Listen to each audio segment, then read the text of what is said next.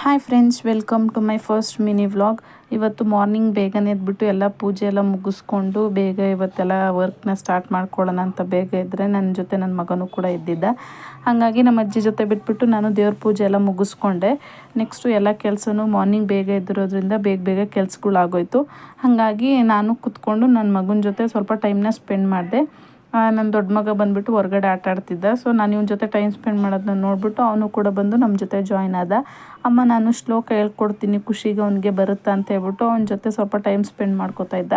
ಶ್ಲೋಕ ಫುಲ್ಲು ಅವನಿಗೆ ನೀಟಾಗಿ ಹೇಳೋದಕ್ಕೆ ಬರದೆ ಸ್ವಲ್ಪ ರಾಂಗ್ ಮಾಡ್ತಾಯಿದ್ದ. ಸೊ ಅದನ್ನು ನಾವು ಕರೆಕ್ಟ್ ಮಾಡಿ ಸ್ವಲ್ಪ ನಗಾಡಿಕೊಂಡು ತುಂಬ ಫನ್ನಿಯಾಗಿ ಟೈಮ್ನ ಪಾಸ್ ಮಾಡಿದ್ವಿ. ನೋಡ್ಬೋದು ನೀವು, ಅವನ್ನ ಕೀಟ್ಲೆ ಮಾಡಿಕೊಂಡು ತೀಟೆ ಮಾಡಿಕೊಂಡು ಇದೇ ಥರನೇ ಅವನು ಡೈಲಿ ಆಟಾಡೋದು. ಚಿಕ್ಕ ಮಕ್ಳು ಅಂದ್ರೆ ಹಂಗೆ ಅಲ್ವಾ, ಪ್ರೀತಿ ಮಾಡೋದು ಎಷ್ಟೋ ಅಷ್ಟೇ ಕೀಟ್ಲೇನೂ ಮಾಡ್ತಾರೆ. ನೆಕ್ಸ್ಟು ಸಂಜೆ ಅಷ್ಟರಲ್ಲಿ ನನ್ನ ಹಸ್ಬೆಂಡು ಮಸಾಲೆ ಪೂರಿ ತೊಗೊಂಬಂದರು.